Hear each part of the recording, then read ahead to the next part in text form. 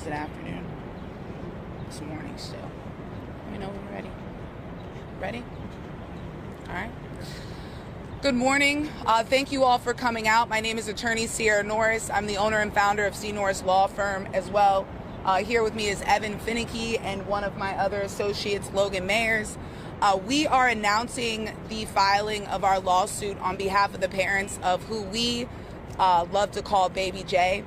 Jalen was 2 years old and he was going to daycare. It's Grandma Jones Daycare. He attended Grandma Jones Daycare, and they created an action plan for Baby J. Baby J experienced seizures before, and the daycare created an action plan with the family so that they could adequately care for Baby J. Unfortunately, on February 20th, Baby J died in his sleep for what we believe is inadequate supervision during nap time. This daycare was placed on notice of Baby J's condition and had an action plan and worked closely with the parents in order to implement that action plan. And he had a seizure while sleeping, and it's our contention that he died because of loss of access of air to his brain, basically suffocation. But the core of this story, and we really wanted to give his parents, Jasmine and Jalen, an opportunity, because more at depth here is an issue that every American experiences. And we're dealing in an economic climate where everything is 3 times the price and everything is skyrocketing, and we are just surviving to make ends meet. And it's forcing parents to make impossible decisions on who is going to be responsible for their children. 0 through 5 years old is one of the most crucial developmental eras of a child. However, there's not a lot of government support. There's not a lot of community support. There's not a lot of support coming from companies to support families and their care for these children. And so parents have to make impossible choices and find who to entrust with our most precious Americans, and that is our toddlers and our babies. And it's becoming more and more impossible to find high quality daycare. These parents believe that they did find high quality daycare, that they worked with that daycare to create an action plan to eliminate this from ever happening, because for whatever reason, that day, Baby J was left unattended. There was no one to see his seizure, and it was not in sight. And therefore, the action plan that they put in place basically meant nothing because they couldn't catch what happened. I want to give, obviously, the parents an opportunity, but we have filed a lawsuit against the daycare. I always ask my clients, what is your form of justice? And it's not always monetary. There is no amount of money that is ever going to make this okay. We're thankful for you being here to give these parents a platform that we believe a lot of Americans are experiencing right now and being just placed in impossible situations. And that's proven over and over and over again. And we hope that bringing light to this situation calls into question our priorities as Americans when it comes to our young children. So I just want to give the opportunity for the mom and the dad to talk. And then Evan is lead counsel on the civil rights suit. So any questions about the suit, any medical, Evan will be able to answer that after the family has been given an opportunity to speak. Hi, I'm Jasmine, Jalen's mom. My son was 2 years old when he passed away at Grandma Jones Daycare 3. In 2023, they bugged us about getting an action plan for my son due to him having seizures. It was almost a month and a half that they didn't let him go back to school without the action plan. We finally got the action plan, and they also gave us emergency medication to give my son if he had seizures. He took medication during the daytime, and he had an emergency one for school. They failed to give it to him. When the ambulance arrived there, no seal on the medication was popped, nor have the action plan been looked at. In fact, it's in the same bag that I brought them when I brought the medication. It's really nothing that would bring my son back. I just want justice.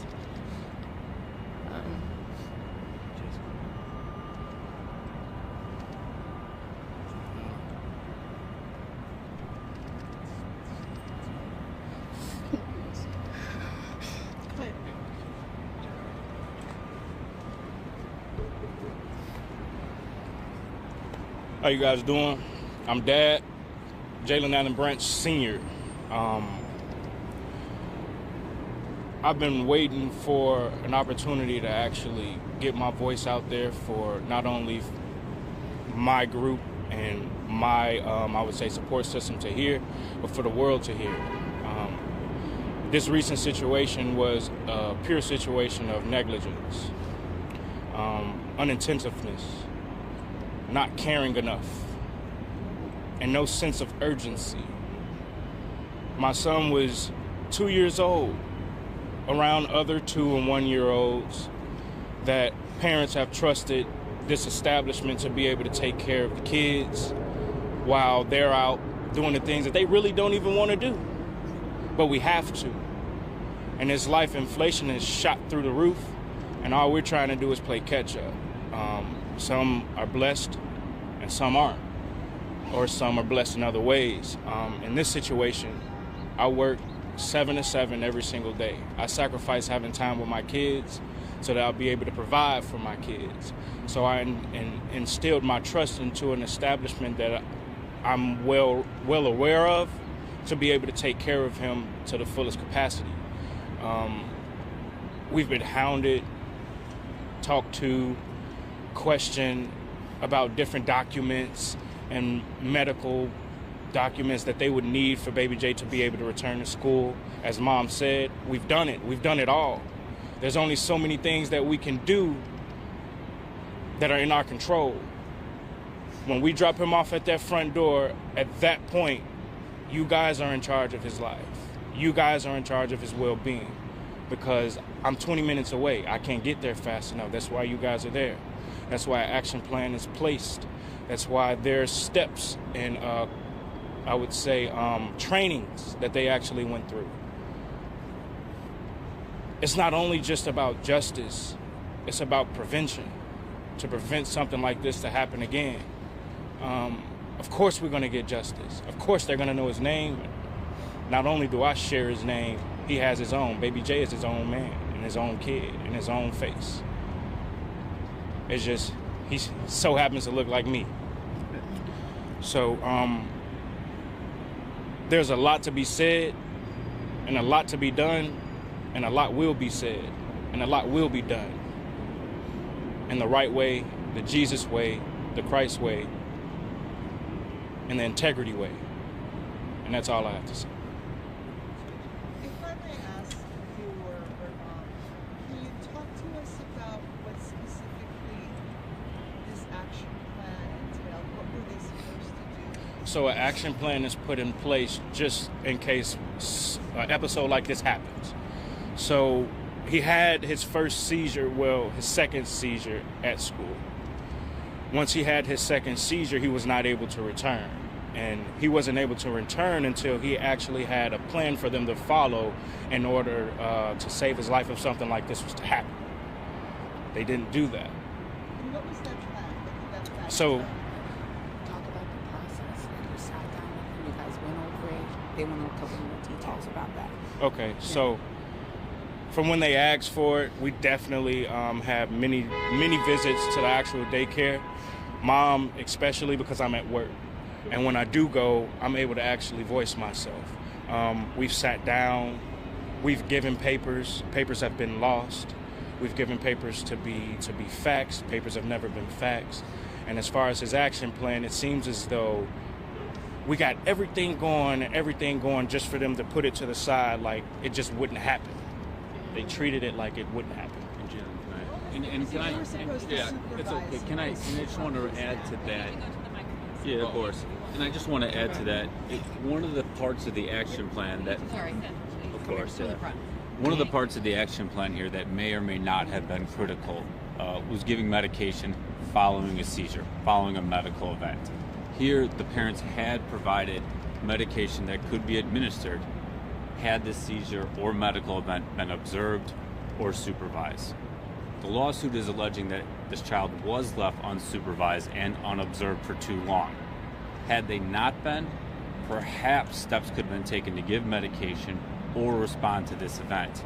However, we don't even know if that would have happened because following finding baby J, there was still a long period of time before any steps were taken, and none of the steps on the action plan appear to be taken at any point here. Was he personally supervised while he Yes. napped? That's what I'm trying to get at. Yeah, and one of the main things we allege in the complaint here is this specific room that baby J is in for 2 to 3 year olds had at least 2 staff members. It appears one had gone on break, leaving one, and it appears from video that we haven't been given yet, but we've read reports on, that the observation period was at least over a half hour where this child was not looked upon at all. We believe it could be up to 45 minutes or more. So what we're alleging simply is this child just was not looked at nap period frequently enough. Had they been checked in on enough, someone would have seen they were having a medical event here, potentially a seizure, also potentially choking following the seizure. What we do know is baby J suffered from lack of oxygen from his brain for too long. Again, had someone discovered him, had someone followed the action plan, had someone just given proper supervision, intervention could have happened in this instance, and baby J would have still been alive. And in the action plan, was there a certain amount of time, a minimum amount of time, or excuse me, maximum amount of time that between check-ins, between observations, was that included in the action plan? So for the action plan, on the action plan, it states the moment he starts seizing, if it's over 3 to 5 minutes, you give him his diazepam. That's the emergency medication. Right after diazepam, you immediately call 911. However, diazepam was not given, and on top of the fact, the main teacher who knows how to use it, knows that he has medication and know where it was standing next to the medicine cabinet the whole entire time and did not direct them to his medication until I walked in the building. At that point, my son was in the ambulance. And I asked, did they give him his emergency medication? And nobody knew anything.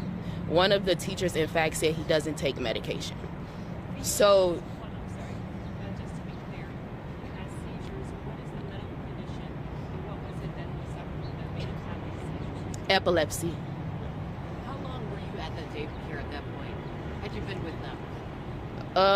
My son been going there since he was 5 months. Oh, wow. So a long time. Yes. October would have been 2 years since he has had a seizure. It's just a bunch of confusion right now. They hired workers. It did not tell them what to do. Everybody was completely confused. So we're more so mad that they left him unattended. But with the directors, it was your job to make sure every teacher knew his action plan and what to do and how to give it to him. And nobody knew that. What do you want us to know about your little boy? What do you want us to know about your little boy? Jalen is amazing. He's so bright beyond his years. I say this all the time. One of my favorite things about my son is the fact that he was 2 years old and know how to count in Spanish. The way he articulates himself, it's like he's been here before. He's so special. He's a one-of-a-kind kid. I can't. He's a gravitational pull. That's one of my favorite sayings when it comes to describing my son.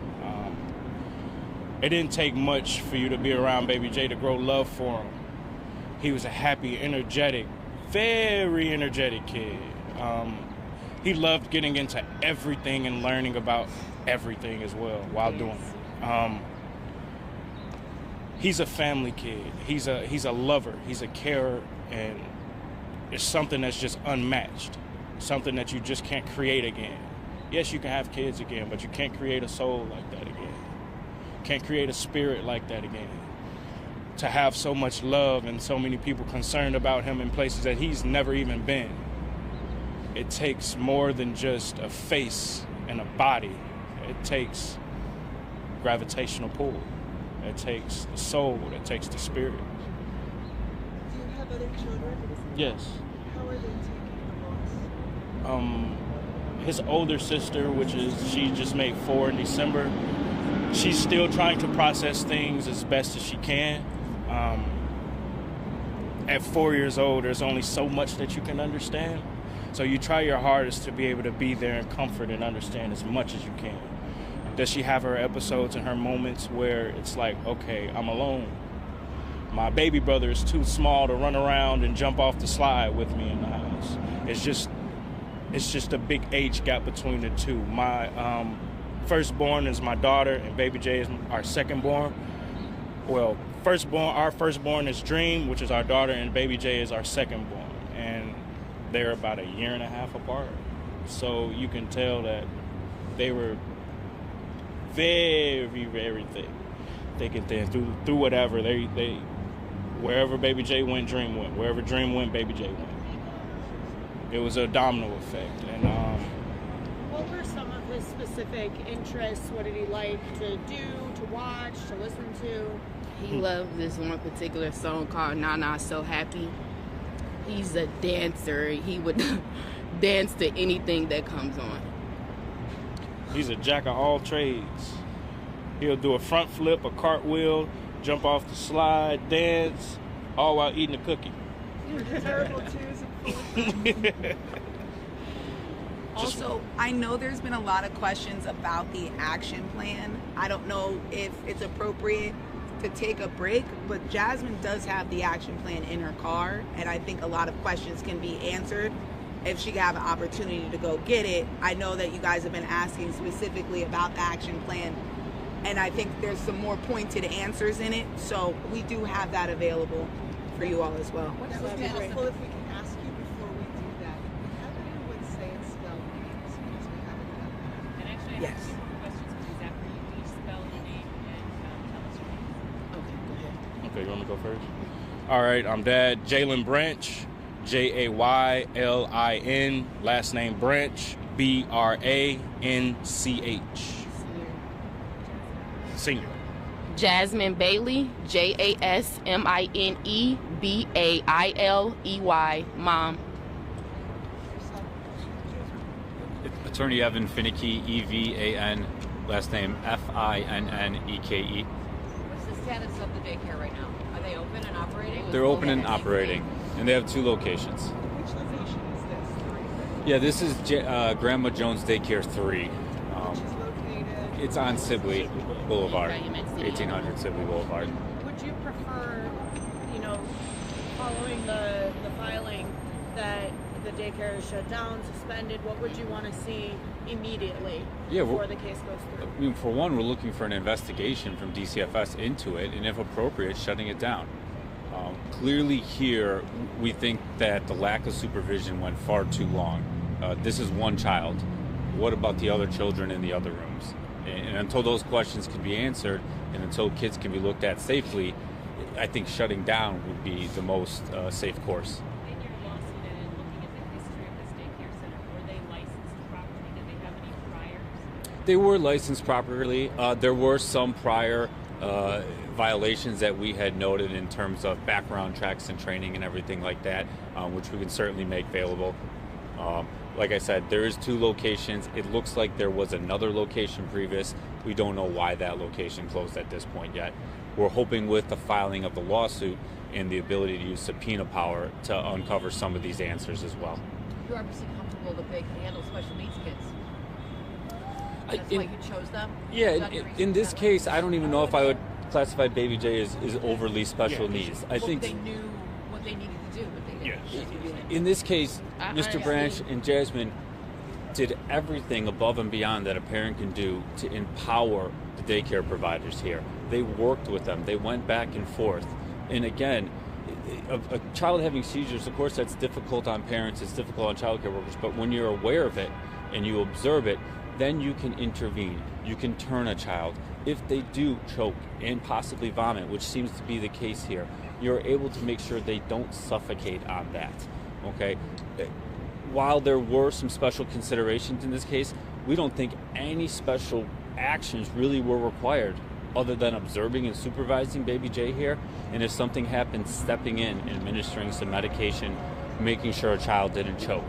This is nothing different than a young parent, a nanny, or a teacher has to do every day. And then what did the autopsy say? What was the cause of death, the official, the autopsy? We haven't looked at the official autopsy. We have seen medical records that say it's an axonomic event, meaning there was a loss of oxygen to the brain for too long of a period of time.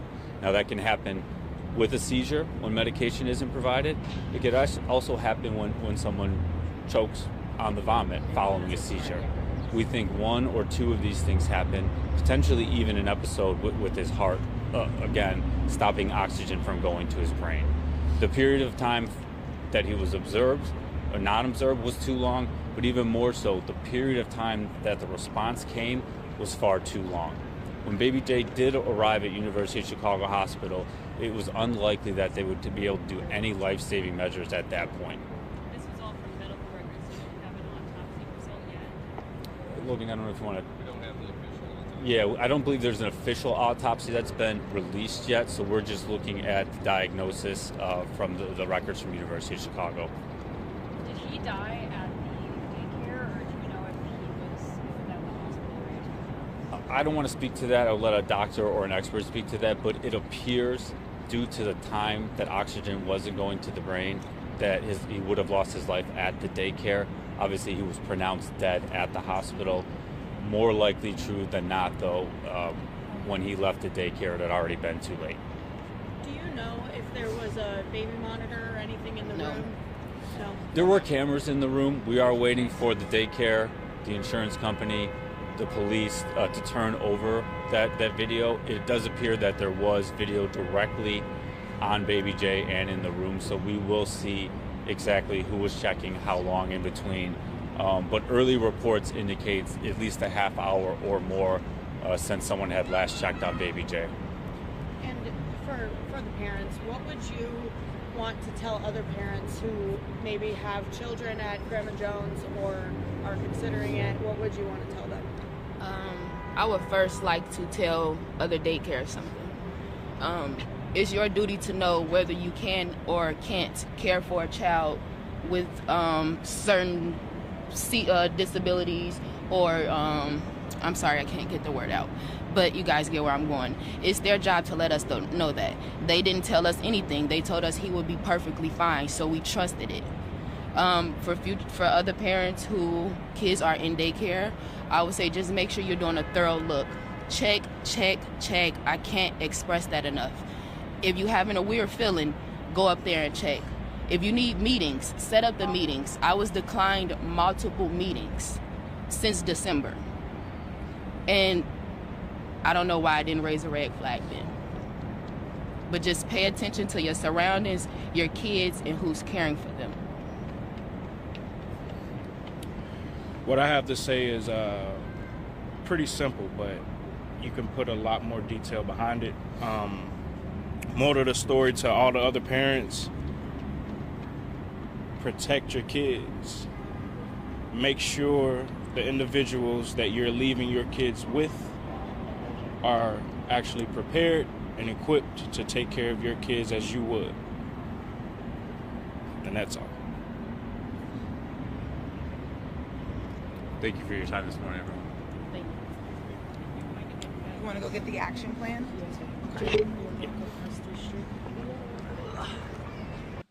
It's all hands on deck, and it will continue to be all hands on deck. Thanks. Yep. Thank you, Sure. Leader. Just wanted to ask about the DC budget fix. Have you spoken to Speaker Johnson about what the timeline is for when that's expected to come to the floor? And are you concerned about conservative opposition potentially derailing the bill? Andy Harris was saying earlier today that they're pressing for requirements for the district. I don't know if that's something that Democrats can even get on board with. In terms of the District of Columbia funding fix, it needs to happen before we go on the next district work period, which means it should occur either next week or the week after next. The Senate Republicans have clearly and unequivocally expressed support for the spending legislation. Senate Democrats, House Democrats, apparently even Donald Trump himself has expressed support for the need to correct this egregious error that was in the House Republican highly partisan spending bill. And so it needs to happen. I haven't talked to Johnson specifically about this, but if there's further delay, I will raise it with him directly. Thanks. 2 weeks ago, you and Leader Schumer ended up in different places on the CR vote. Moving forward, what are you and him doing to get on the same page? We are on the same page right now as it relates to pushing back against the reckless Republican budget, which includes the largest Medicaid cut in American history. We are on the same page as it relates to stopping the Republican effort to dismantle Social Security as we know it.